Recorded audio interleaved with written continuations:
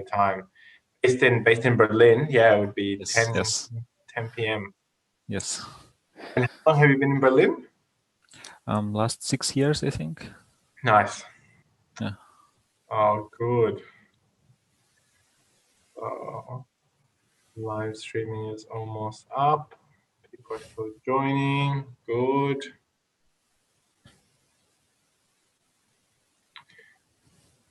Oh, I just put that all only to panelists. That's why.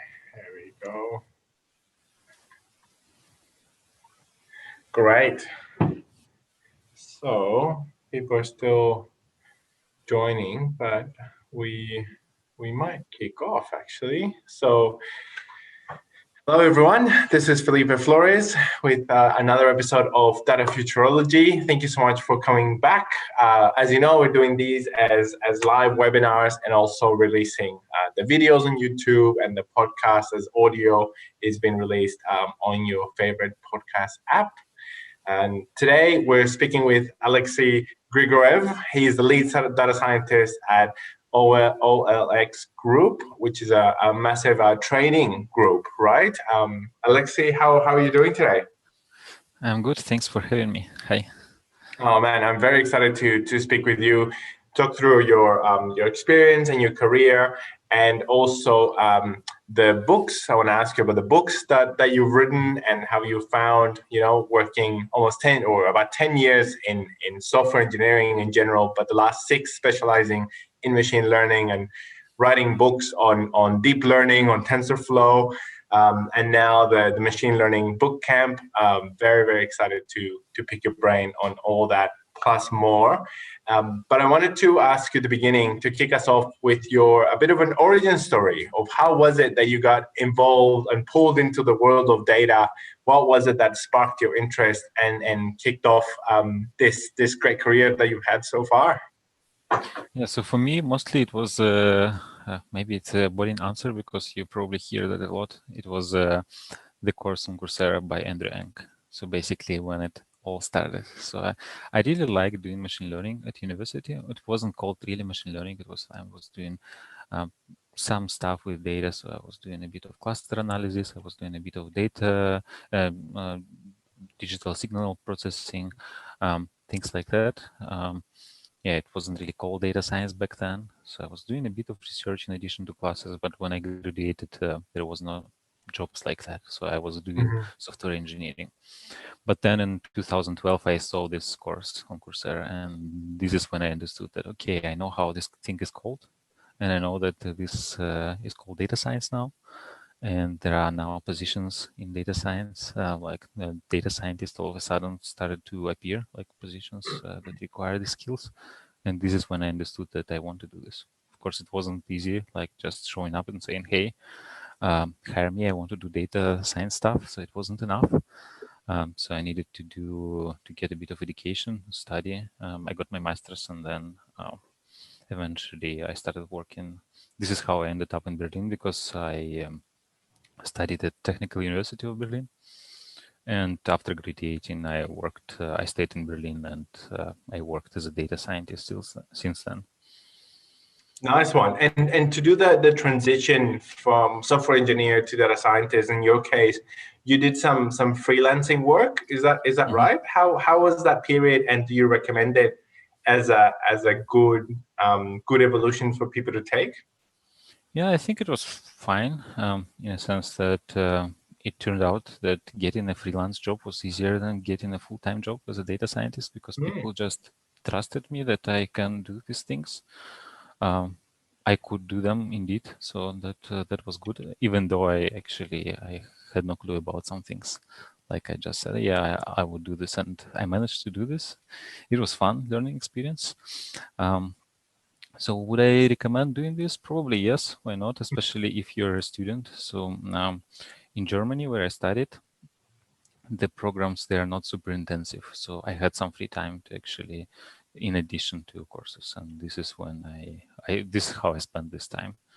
So not just attend classes and do all these exercises, but actually do practical things. And I think in retrospect, it was more useful than the actual studies to do these things. So probably, yeah. So it's, but on the other hand, perhaps instead of doing this master's, getting a full-time job immediately would have been a better idea. But back then it wasn't possible. Now I think it is, because previously there was like the bar was to have like a PhD, like a lot of years of experience. Now nobody, like it's a plus, it's a big plus, but not a must. Not a must. Yeah, so I think now, like if you can get a full-time job, then get it. If maybe your lifestyle is different and you want to freelance, then why not? I don't think it's a bad thing. Nice one. That's good advice from somebody who's done it. And so tell us a little bit about the last 6 years of your career. Can you give us an overview and how you went from data scientist to lead data scientist at OLX Group? Yeah, so after graduating, I started like a usual data scientist. Having experience in software engineering helped a lot to me. I think that was one of the reasons. I'm not sure exactly. So during the interview, we talked mostly about my thesis, but the person who was interviewing me who was also curious about my background as a Java developer, because it turned out that in that company, Java was the main language, and my experience turned out to be helpful. So then at that company, it was Searchmetrics, I started doing Kaggle, so taking part in competitions, and I think it really helped me to advance my skills in like these machine learning skills, because all of a sudden I realized that everything I studied at university was helpless. Like I was helpless. It wasn't helpful to do anything on Kaggle. So I really tried my best there. I learned a lot of things, and I think this is what really helped me to, let's say, to do interviews. Because when people ask about different machine learning things, after doing Kaggle, it wasn't difficult to answer all these things, and I learned a lot of different tricks. And oftentimes I could tell about these tricks and sort of have a very positive impression. Then I joined a small startup after that, and in this startup there was nothing. So basically there was it was an ad tech startup, and when it comes to machine learning there wasn't much. So it was a fresh product, and we had to build the all data pipeline, all the infrastructure from scratch. So basically we didn't have anything, and I was taking care of that. So building the whole thing, and I think it helped a lot, because it turned out that what I learned to do by building this was very valuable on the market.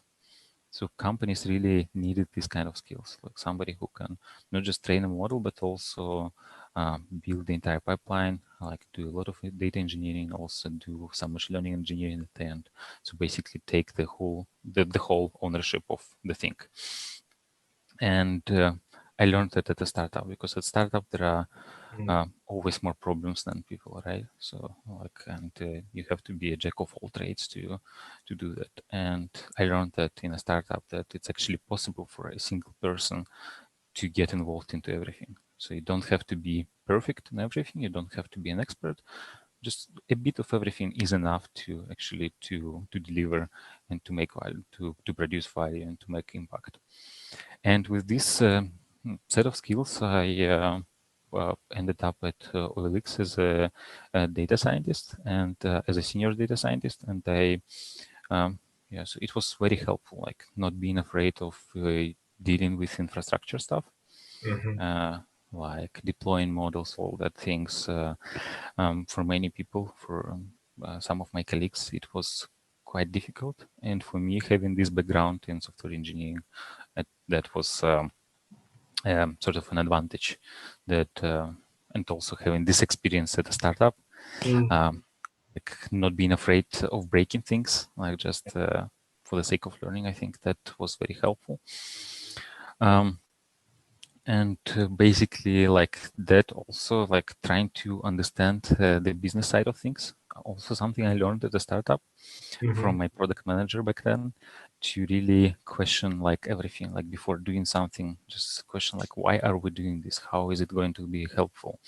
Like, is there a simpler way to do this? Because at startup, you don't have a lot of time. You want to solve the problem as fast as possible. And then this skill, I think, was very useful at a corporation as well. Like OLX is a huge company. Like there are more than 5,000 people working there. So compared to startup, it's like a big difference, but still some of the skills surprisingly were transferable from that.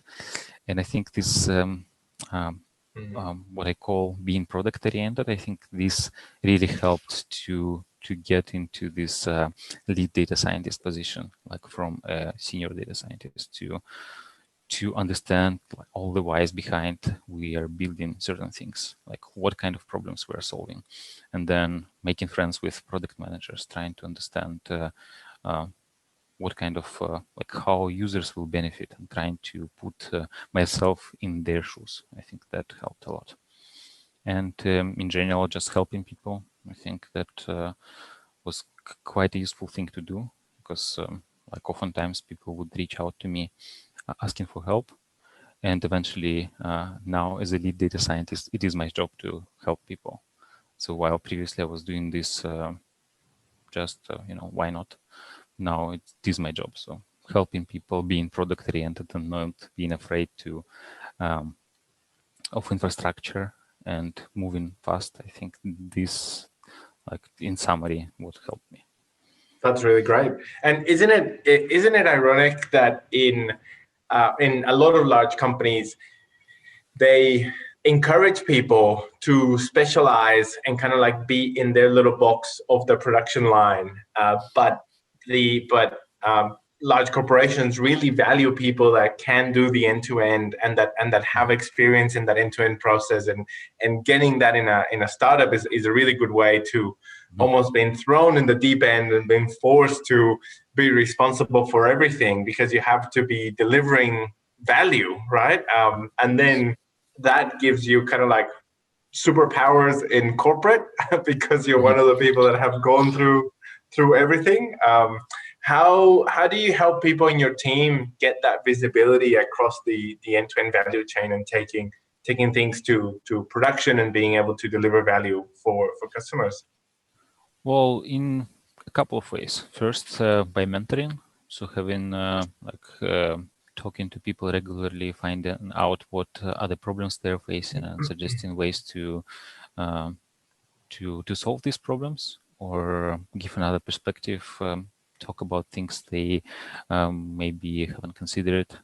Often it's by asking questions like, have you thought about this? Have you thought about that? Or what do you think about this particular thing? Like that. And another thing is I'm driving one of the initiatives to make serving models simpler, like streamline the whole thing. So training a model usually, as we found out, is not as difficult, right? Because we have the tools, we can train it on a laptop, we can train it on the cloud, we use AWS, we can train it there. Even though it's not entirely standardized, we can find a way to train a model. We can find a way to get the data, because with when it comes to data engineering, we have a very strong team that makes sure that we collect all the data we need, we put it in a nice form. So training a model is not difficult, but then taking this model and deploying, this is usually where the main bottleneck is. And now I'm working on making this simpler, this step, like having a special platform, like a place where data scientists can easily publish their models without worrying about infrastructure stuff. Because let's say half a year ago, like even 3 months ago, a data scientist would need to set up Terraform on their computer, Kubernetes, like to connect to Kubernetes cluster, do all that. And that is intimidating for many people. And then, what I'm trying to do is help them and not, so they don't have to do this. Like have a special place where they can just, okay, this is my model, this is the specification, just do this. And we have a lot of help from our data engineers who are taking care of this data engineering. So some things they are also building tools to help us. And then I'm trying to coordinate like how these tools are, like what we should build on top of these tools to actually cater for data scientists, not just for everyone. Yeah. So basically helping and then providing tools. Man, that's fantastic. And so, tell me a little bit more about what that's going to look like. Obviously, whatever you can share. But Mhm. would data scientists be able to, or would they be productionizing their notebooks, or would they have to create something separate, like a Python script that's more kind of like production ready? And would they be dropping that somewhere? What would the experience look like for the Mhm. data scientists looking to productionize models in that case? Yeah, so of course not a notebook. So that's Yeah. I know some companies do that, but I really hard like I have to use all my imagination to think how it's even possible, and then I cannot. So I don't know. I agree. Yeah. So what we usually We have exploration and building, and then we yes, have deployment and production yes. grade. So So yeah, interesting how you guys separate the two and what it would look yeah. like. So basically, the way I work and the way I see other people work is first we play with model training in Jupyter Notebook. Then we save it as a Python script, clean it, put it in a nice form, and then have it as a script that we can run from the command line or from CI/CD, like from Yeah, we use GitLab for that. So just press nice. a button and then the model is trained. And Uh, who does that conversion of the notebook into a script? the data scientist, of course. Yep, So great. because like if you imagine that there is a team of data scientists, and I actually was in a similar situation a while ago in my first company. So it wasn't a Jupyter notebook, it was R markdown document. But anyways, like it's even more fun, right? When it's an R. So there is a team of data scientists working, creating like, using artificial intelligence to create this magic, and then there is a team of data scientists sitting on a different floor that actually do like all the engineering stuff. And then one data scientist comes with this R markdown document to a Java developer saying, hey, so I have this cool thing, our CTO is super excited about this. Can you please productionize it? And then, of course, like they look at this, okay, what is that? Like, how do I read this R code? How do I convert it to Java? Because of course, nobody's going to deploy like another document. And then like it took, I think, almost a year to actually so it was a very valuable project at the end. So Yeah. it survived through this year, right? Because usually what happens is like something stops along the way and then the project is discontinued. But that was a really important project. And after deploying, it actually showed a good impact. But I think it's more an exception than a rule, right? That, this kind of setup works.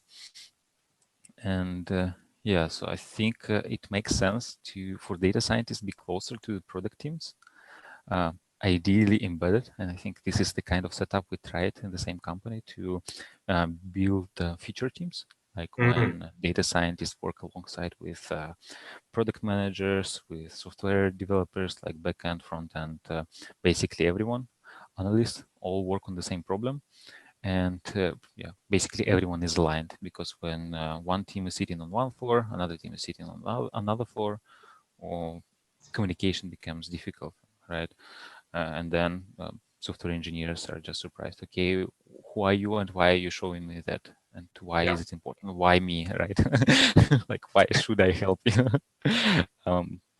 Yeah, No, and but so that's really good, and I like the way that by the way that you've done it, by making the data scientist responsible, and able to be able to create the notebooks, but then create the production scripts and being able to deploy those. That is a really good way of encouraging people to think about the end-to-end value chain and to be able to take their models all the way to production. I think that's great. Obviously, the cross-functional teams as well. Awesome, really good addition. And I wanted to ask you more about what you mentioned before about starting with the why.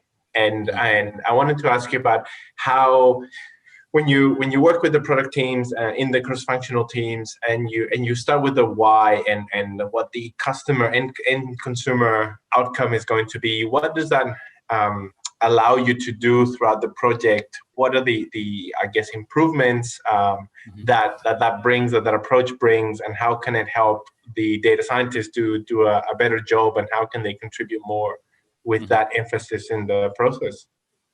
Yeah, so first of all, I think like in the cross-functional team, there is usually a product manager who can help to answer that, or can help find somebody who can answer that. And that really helps, because when there is a just separate team, then if there is no product manager, people lose touch with the product, with the user. And then knowing what are the problems that users have, they are pretty helpful in thinking about a solution. So let's say when you know why you're solving a certain thing, what kind of problem the user has, then yeah, you can sort of visualize this problem and then understand the solution better. And one important thing is here, like oftentimes, like when you understand the real why behind it, you can suggest, like you can say, okay, but we don't actually need machine learning here. Like, can we test it somehow differently, like as a data scientist, because product managers cannot always do that. And this is our responsibility as data people, data scientists, to actually tell them that we don't really need machine learning. We can just do a simple rule here and launch it as soon as possible and see how users reacted. Because let's say we have some assumptions, and then by asking why, we can understand what these assumptions are. So we think, okay, by doing this thing, the user, let's say by building a recommender system, the user will, like, it will be easier for the users to find the thing they are looking for, right? And we have this assumption, right? But we don't know if it's actually the case or not, right? Maybe, yeah, maybe there is something else that will help users better. And then if we can do something simple there just to test this assumption, then if we see that this assumption is true, and then it will be helpful for users to discover the products they like, let's say things that match together, then we can invest time into building a proper machine learning solution. Let's say for the first case, we can just do simple counting or just select popular items, or I don't know, something like a simple heuristic. And then once we see that this thing is valuable, then we actually spend more time doing machine learning things. And then I think it saves time, right? So if it turns out that we don't need to invest time into that, then we invest time in something else, right? I think that is like the probably one of the most important things. Like if you start with a why, you understand what you're solving and what kind of solution is the best. And often maybe it's not machine learning at all. Correct, and that's an awesome approach to not not go into machine learning straight away whenever something comes up, but have that as a process that helps you sort of think and evaluate what is the actual best solution that's actually required to get the end the value that's being searched. We're starting to get questions from the audience through the Q&A section. So thanks people that have been putting your questions through. We'll continue to take questions through the rest of the conversation. And for the questions that are up on the Q&A section, you can also upvote them, so you can give them a thumbs up if you want to hear that answer first. And the first one that came through from Srikant said they wanted to ask about starting a data team in a startup. What are the first roles that people should focus on filling out? Because obviously there's a lot. I guess there's often a lot of pressure and expectation that the data scientists should be the first people in the data team, but sometimes the startup realities are a bit different.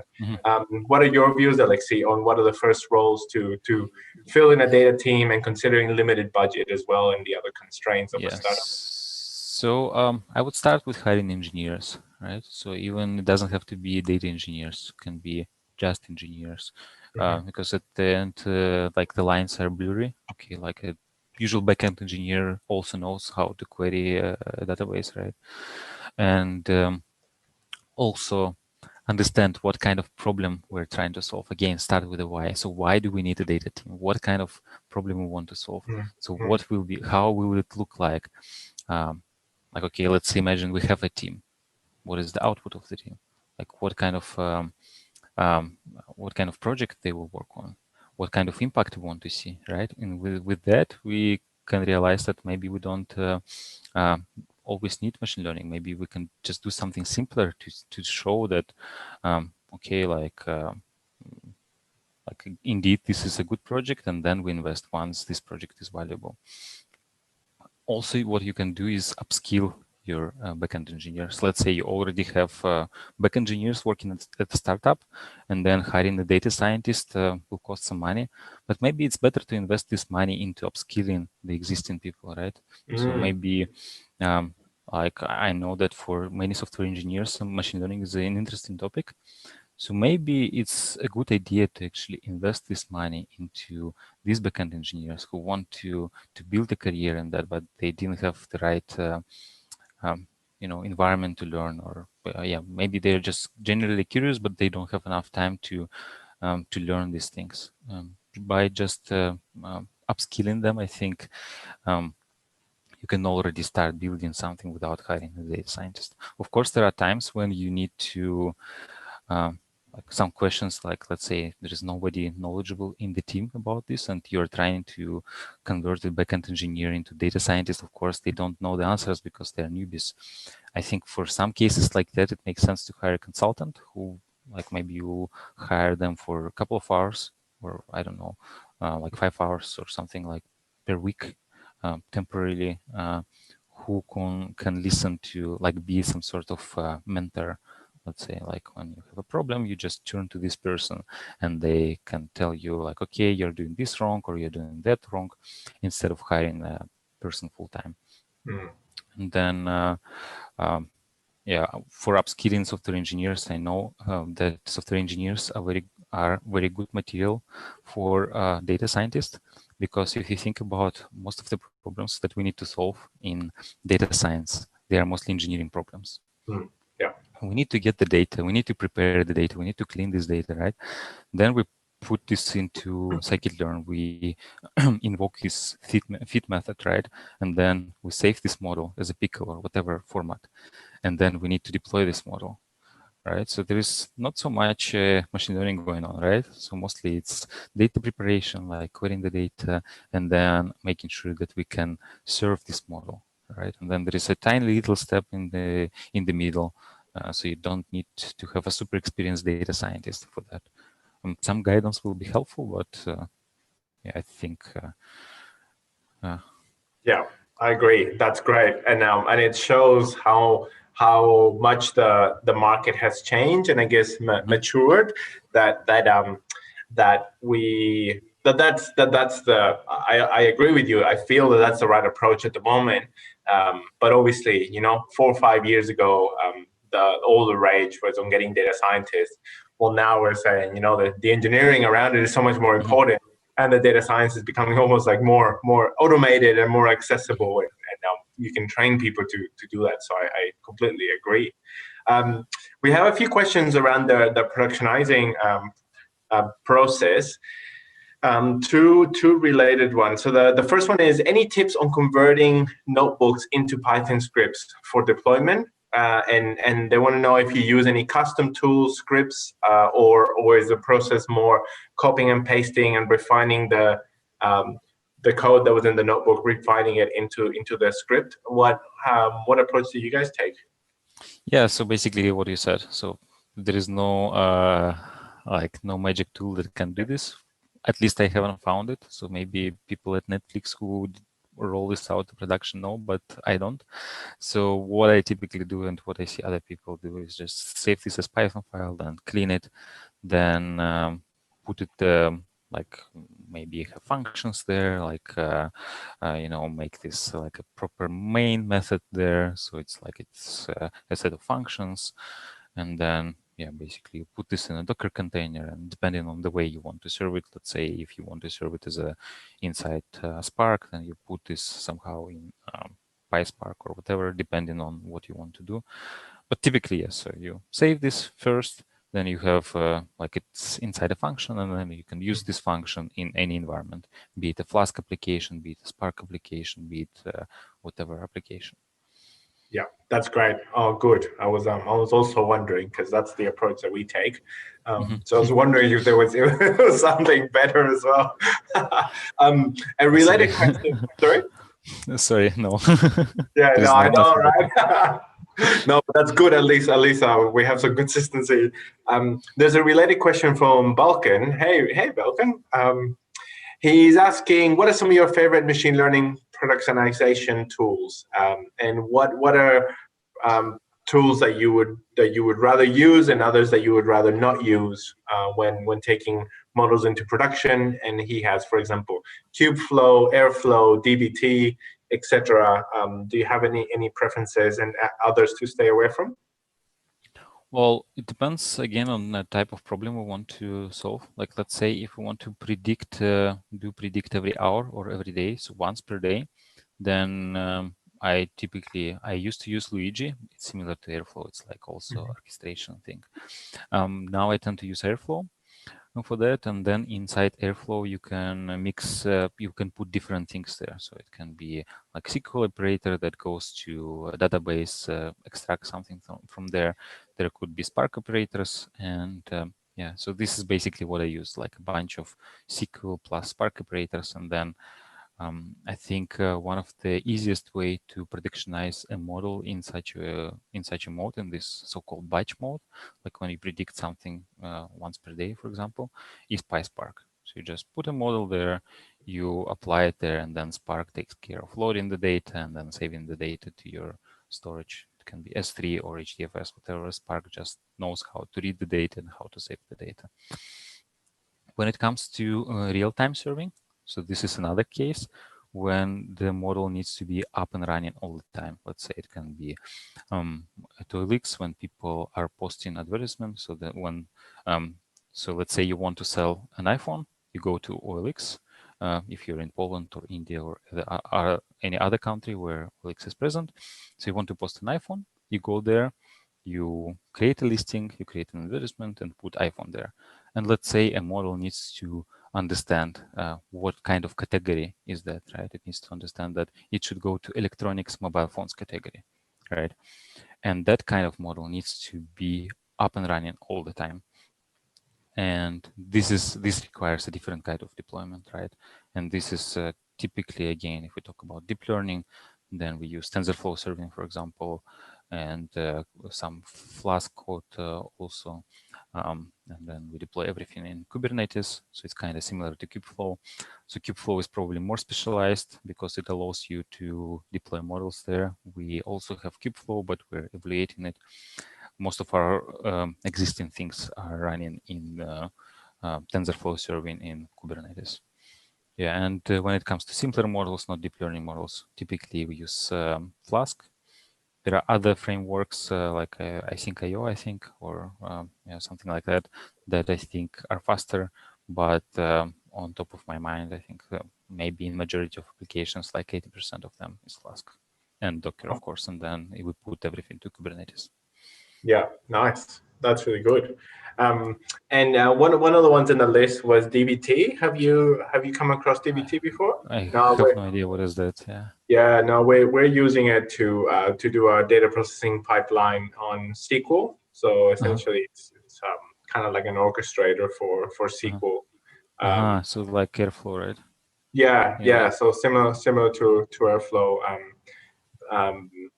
But only SQL based is at least my understanding the way that we're using it, and it's been pretty good so far. Cool, that's good. Take a look. So, man, I wanted to ask you about your books. Obviously, I wanted to ask more about your latest book that you're working on, but you've written Mastering Java for Data Scientists, TensorFlow Deep Learning Projects, and now the Machine Learning Bookcamp. Sorry. Where did the inspiration for writing books come from, and how have you found the process of putting your knowledge into a book? Yeah, so I liked sharing my knowledge since I don't know when it started, like maybe at university. So I often liked taking part in different like scientific fairs. I don't know how it's called. Like basically when people exchange knowledge. Okay, I built that thing, and people are just showing and yeah, and then publishing something in a local journal. So it was fun. And then when I started working, I started blogging. So it was back when I lived in Russia, so it was in Russian. And then I found out that like when I'm learning something, I was learning Python, for example, like when I started like in 2010, Python and Django. And then I wrote an article about Python, I wrote an article about Django, put it on my blog, and then suddenly people started to read it, like just out of nowhere, probably from Google, and then I also learned Groovy at some point. That's another language from the Java ecosystem. So I wrote something like a 10-minute introduction to Groovy, and then it also received a lot of attention. Again, out of nowhere, I didn't really advertise it. I didn't know about social media back then.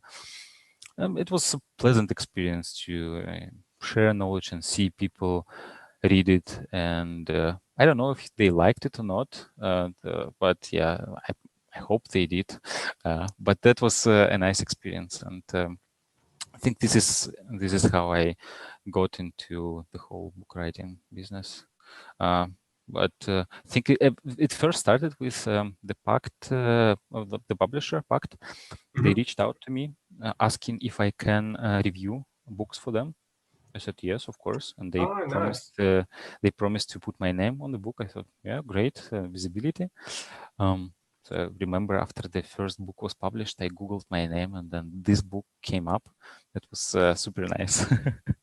Like, yeah, and I did like I reviewed like 5 books for them, and then at some point they said, "Hey, you're such a good reviewer.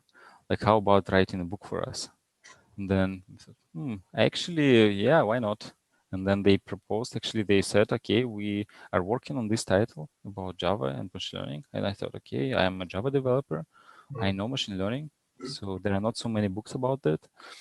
So why not? And then this is how it happened. But with Java, you probably know it's not like the most popular language for machine learning, right?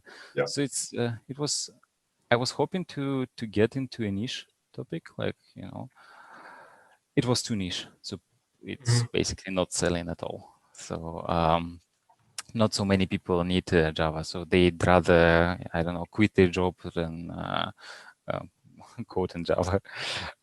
Anyways, yeah, so this is how I started the second book. I was actually a co-author there. So a friend of mine was working on a book, and then they said, okay, we have a problem with one of the authors. He's too busy. Can you help us with taking over his chapters? I thought, okay, why not? So I took over these chapters. And then after a year, I think, just because of that book, TensorFlow projects, I got contacted by Manning saying, hey, like, we like this idea of learning by doing projects. Can you write a book for us?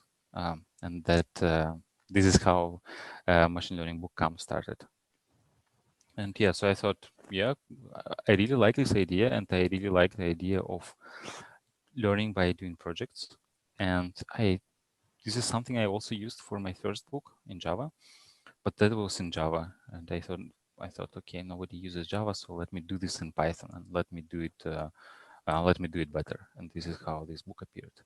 And I try to, like, when coming back at my career, what was helpful for me for transitioning from software engineering to data science, it was mostly learning by doing projects. And this is why I thought this is such a good idea, because it really, like, this is how I learn things. And I found out that many other software engineers learn in a similar way. So they learn by doing things, by implementing things. And this is the approach I'm using in the book. And so far, I've finished like 80% of the book already. So it's possible to read it already. So I just need to finish 2 chapters.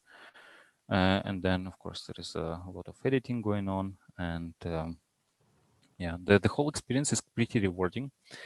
But it takes a lot of effort to actually do this, because like for every chapter, like the process is like I first create some code and write an outline and start describing things, and then I realized, okay, if I describe everything I wanted initially, it will be 100 pages long, like a chapter. This is too long. Nobody will read it. So what do I need to take away while still, like, it should be focused, not too much information, just enough information, the most important information. And then, okay, what should I, like when I wrote this, like what should I take out? And that is quite difficult, and then it takes a lot of time. But I think at the end, what I have at, or what we have at the end is like a book that focuses really on the essential things, like something that you, like something that a software engineer really needs to know to get into the, so something really focused. Takes a lot of time, but the feedback I received about this book, it keeps me really motivated, because like every time I read, hey, your book is so nice, like the examples really work for me. And then I think, okay, I really need to finish this, because like this is such like it really makes me feel good hearing these kind of things. So the process is difficult but rewarding. Yeah, and that's something that that I think Manning does quite well in terms of involving future readers, involving them early in the process, Yes. so they can preview the chapters as they're coming out, and provide that feedback to guide the author. So that's really good. And tell me, what was the, or what is the aim of the book? So it sounds like it's targeted to software engineers, and what will they be able to do once they finish the book? Yeah, so basically that was the original intention. The target audience are software engineers who want to get into machine learning. And after finishing the book, they will be able to do the most essential things that should be enough to get hired as a machine learning engineer or data scientist. So basically, knowing the most important models, knowing how to set up cross-validation, knowing how to deploy a model, and things like that. So this is, and the way I do this, I start with a project, like, okay, this is what we're solving, and then guiding through this project and these other steps we're doing. Surprisingly, so I said it was supposed to, like, the target audience was software engineers, and it still is. But what I found out that this approach and this book also works for other kind of people, like for product analysts, for example, or like many different people who do not fit this criteria that I had in mind.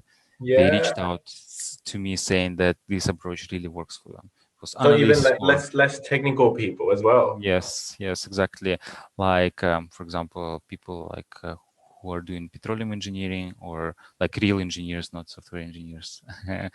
Yeah, so they are saying that this is helpful for them as well, and that this is really great. So um, so I know that some chapters are difficult for them, especially deploying ones, like when you have a model and then you need to put it in Flask and then put it to Docker and deploy it to AWS. That's one of the chapters. It's challenging for them. But yeah, so what I heard is that it's challenging in a good way, that they are able to learn a lot. And it's great that you're including deployment in there as well. And how did you choose the projects that were going to, and the exercises that were going to go into the book, and what are some of them? Well, yeah, it was just from my experience. I wanted to make them real, like something that you would meet in real life, you will see in real life. I wanted to also, make them relatable so people understand. So, for example, one of the projects is predicting the price of a car. Everyone will understand. Everyone who knows what a car is will understand that you need to pay some money for this car, and you need to, like, let's say if you want to sell it, you want to know for how much. And so that is one of the projects there. And then what is important, I think, I include exercises at the end. And if you want to get most out of the book after reading the chapters, you should do these exercises because it really makes you to sort of digest everything that happened in the chapter. So in the chapter, I guide through a project, but then there are other projects that are similar that you are supposed to do, that you have to do, that you should do like independently. And I think like if you want to get most value from the book, you should do that as well. And then at the end, you'll have a good portfolio of projects, some of them from the book, some of them that you did on your own. and that should be enough to showcase that your skills and have a positive impression on hiring managers. Nice one. That's really good. And how long is the book coming up to be? So I really like, I gotta say, I really like the approach of thinking about what to take away from a chapter in order to leave the most important parts. So what's it looking like at the end? Well, my editor says too long. Don't listen to that. Yes. Well, I guess about 500 pages, which is Nice. yeah, it should have been less, but sometimes it's really difficult. I don't know, man. I don't know. Like in my team, so I work in a healthcare AI company, and as I'm head of data science, and we have a machine learning book club where all of the data teams we go through a machine learning textbook. We go through one chapter a fortnight, and the one that we're reading at the moment is like 750 pages. Mm-hmm. And it's 19 chapters, and so it's essentially taken us 3/4 of the year. We're up to chapter 16 now. We're gonna finish it before the end of the year, and super valuable. So I can see by obviously having a look at your book, I can see that the content in there is also like highly valuable, really important. And as we can see from the questions that are still coming in, it's areas that people are really interested in. So yeah. So anyway, obviously, the publisher will have a more informed this is point of view, I guess. But yeah, interesting to hear how the editing is going. If it's a 500 pages, it sounds like a good comprehensive book. Yes, I hope so. So if you feel tired after reading this book, please tell me. I hope it's not the case, and yeah, and you learn a lot. And what are you looking to either take out or what are looking like the final changes before it's completed? Yeah, you mean like when I have things and then I need to take out some of them? I just start writing something and then imagine, let's say, if we talk about neural networks, then if we talk about activation functions, and then I imagine that in order to really explain this, I'll need to spend, like, I don't know, write 5 or 10 chapters to really explain it. And then I think, okay, yeah, like now it's already long, but if I add 5 more pages to that, then it will be even longer. And then I just leave sort of like just general overview. Okay, this is what you need to use because of this reason, and then leave it out, basically not include. And then like neural networks, this is what I just finished, and there is a lot of things where you can, like, it's very hard to stop once you go down this this path, and like I really have to stop myself from, okay, I know, like if I continue going down that road, it will be 200 pages, and I don't have enough time, I don't have enough paper to actually to do that, and I better stop. So basically this is how it looks like.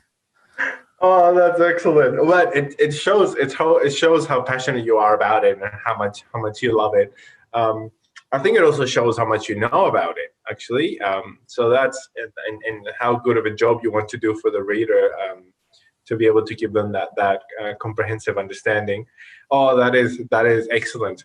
And when I know that once the book is finished being written, then it obviously goes into editing and final checks and reviews and etc. before publishing.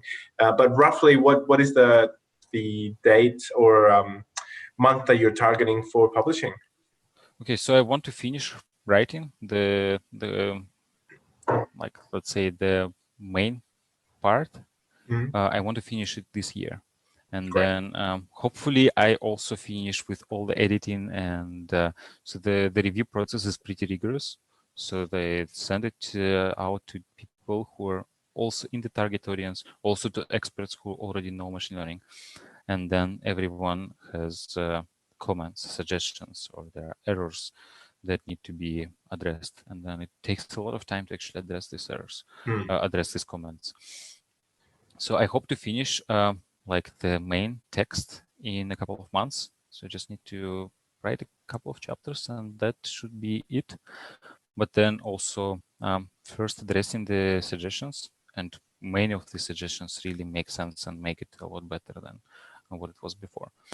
Addressing these things will probably take 1 or maybe 2 months more, depending on the amount.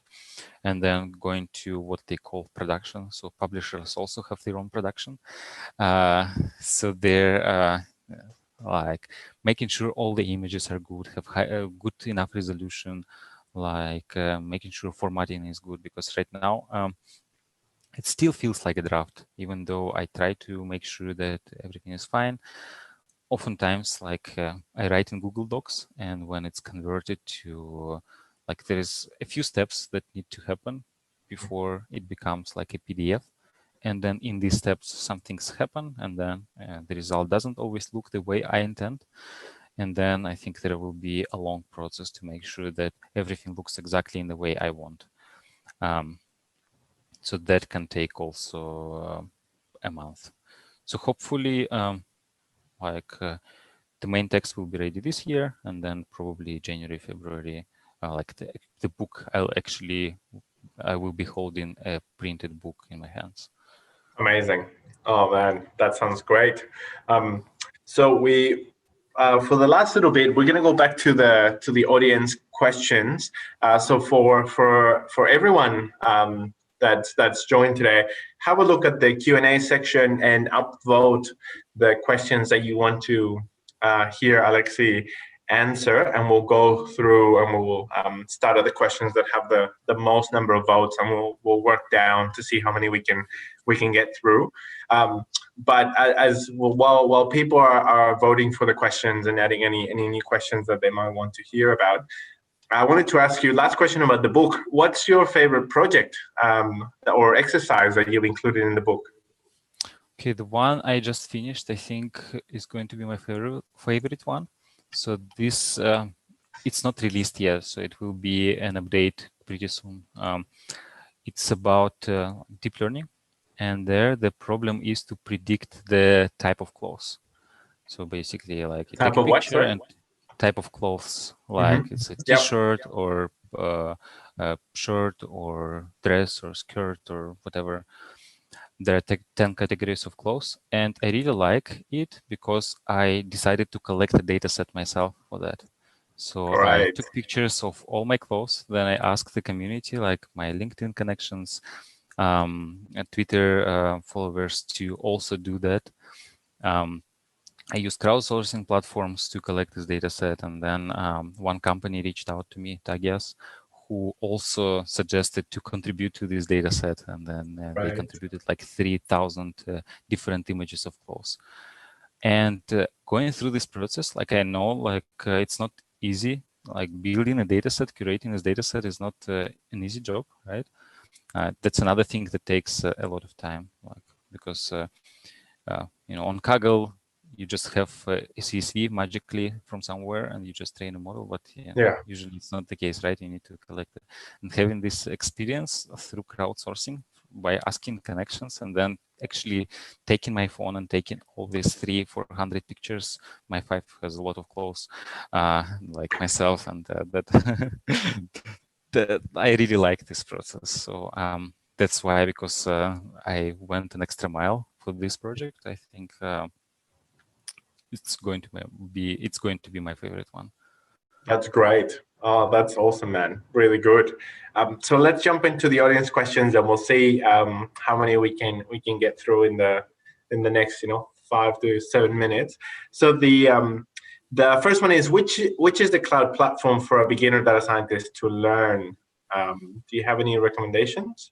Yeah, so my personal suggestion would be AWS. I am not affiliated with AWS in any way, but I think they're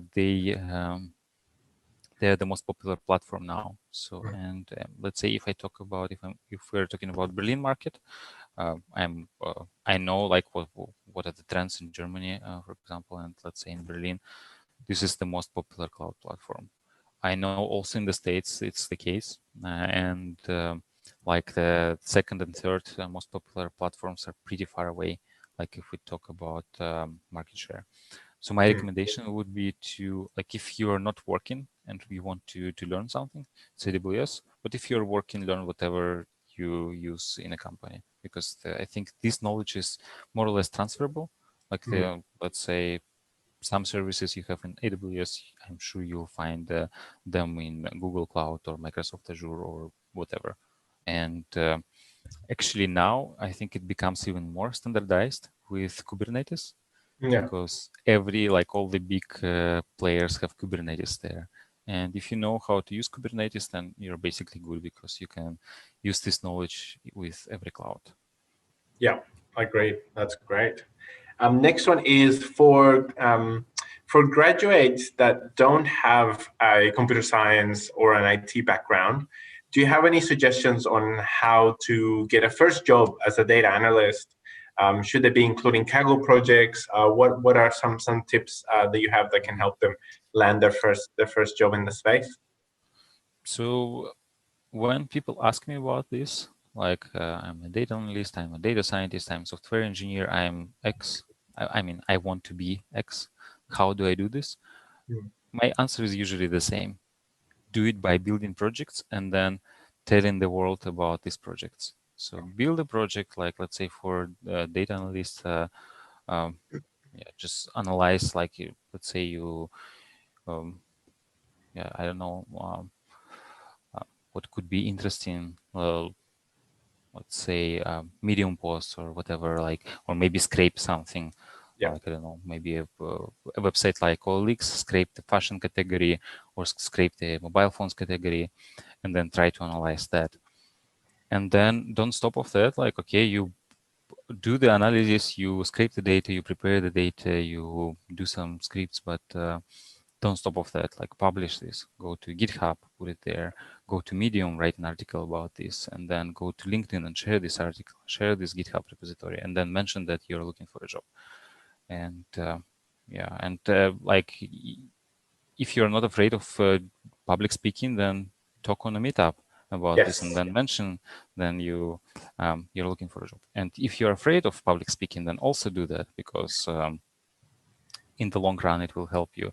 I know it's very difficult for people, like I heard that it's one of the most common fears, speaking in public, but if you rehearse enough, then like let's say if you first rehearse in front of your mobile phone or webcam, then in front of a couple of people that you know, then maybe in front of a team or your classmates or whoever, then talking about this in front of 20 people is not scary after doing this, like after talking about these things for 10 times. And then after talking to 20 people, then maybe an audience of 50 people is not scary anymore. And then, so the key here is rehearsing. So do that as well. And then people will start reaching out to you instead of you trying to reach out to them. So build portfolio, build online presence. No matter what kind of job you're targeting, that should work for everyone. Definitely. Yeah. Oh, man. Excellent answer. I could not agree more. That's but brilliant. It's a difficult answer also. So sorry, there is no magic pill. Correct. It shows the amount of effort that you need to put into the process. But if you do that, you are like guaranteed to succeed. And there's so much data being released out there that is unused. Like I work in healthcare, and the government releases so much healthcare data, what's happening in the country, and we're trying to have a look at it and consume it. But if we had applicants for jobs who had a project doing what you said, where they had taken government healthcare data and then did an analysis and showed us, that would really de-risk our decision, and we'd be able to move forward really quickly. So I thought your answer was fantastic. The next one is, which I'm curious also about. They're asking about what platforms do you use in your CI/CD pipeline? So for CI/CD, we use, different teams use different tools. So we use Jenkins, but not everyone like it. So in some places we use Jenkins, but mostly I think the company-wide standard is GitLab CI/CD. So in GitLab, you have CI/CD. It's quite easy to configure. And then we also have people who can help us configure if something is not easy. And then I personally find it yeah, quite straightforward to use, especially when it's configured. When you have done this for a couple of times, then basically for me, it's just copying from one place to another. It's all code, like because it's just a YAML file that you can just copy and paste. And then once you do this, you have a button in this CI/CD pipeline, then you just click, and then it's awesome. Or like it's not always a button. Sometimes, of course, like the main reason why you want to do this is for continuous like running tests continuously and then deploying continuously. But usually before deploying to production, like what we do is we deploy to staging environment continuously, like on each push. But then before deploying to production, like actually a human should make this decision and press the button, and then it goes live. Awesome. Awesome. Oh man, that is fantastic. I do have one last question. I know that we're up on time, and but before we go, I did want to ask you, with everything that you've done in your career, what are you most proud of? Okay, I think I remember helping my friend to get a job in data science. Yeah. And just telling what he can do next. And then he was working as a software engineer, and then he managed to do this. And then I also managed to help a couple of other people to do the same thing, to help to do this transition. And I think that was really great. And then also now people reach out to me on LinkedIn asking questions, and I try to answer everything. So I try to help everyone. And yeah, it's sometimes difficult. Sometimes, like after talks like that, I get quite a few questions, like on LinkedIn or Twitter. And what I'm trying to do is now somehow scale this effort and try to have a community where people can ask me questions. But when I answer, everybody sees that, or other people also jump in, and maybe somebody who I helped previously can also help somebody else. And then I'm trying to build this community, and I'm very excited to see where it is going. Right now, there are not so many people because I started like 1 month ago, but I hope something will happen there, and I will be able to help more people this way instead of just answering everyone. I'm still happy to do that, answer everyone who writes me on LinkedIn, but I'm trying to make it more scalable. So not just the one who writes me benefits from the answer, but everyone else. And yeah, Right. let's see. Yeah, so this is, I'm already proud about this, but I know that in a couple of months I will be even more proud. And what's the link? It's datatalks.club. Nice. I'll put It's it. one word, datatalks, then .club. Yeah, cool. I will put it in the chat. So it says join the Slack community. Yep. Brilliant. Put the link on the chat, and I know that we have a few questions that we didn't get to. I'm very sorry about that, but I will take those questions, put them in a theme that looks like to be how to get a new job, how to get a job or in the industry, and also what are the pitfalls of data scientists, machine learning engineers, and how to progress in the career. And we might do a separate session around those topics. And Alexey, man, that was brilliant. That was brilliant. I can't thank you enough for sharing your journey, your perspectives. You really captured people's imaginations, and you could see that in the questions and the engagement. And yeah, really looking forward to reading your book, your new book. So thank you so much for sharing everything with us that you've done today. It was an absolute pleasure. Yeah, thank you for having me. Too kind. Thank you very much. I'll let you know when this is coming out on the podcast. And guys, thanks everyone for joining the session. Have a great day or afternoon, evening, anywhere where you are. Alexey, have a great night, and we'll be in touch soon. Goodbye. Thanks, guys.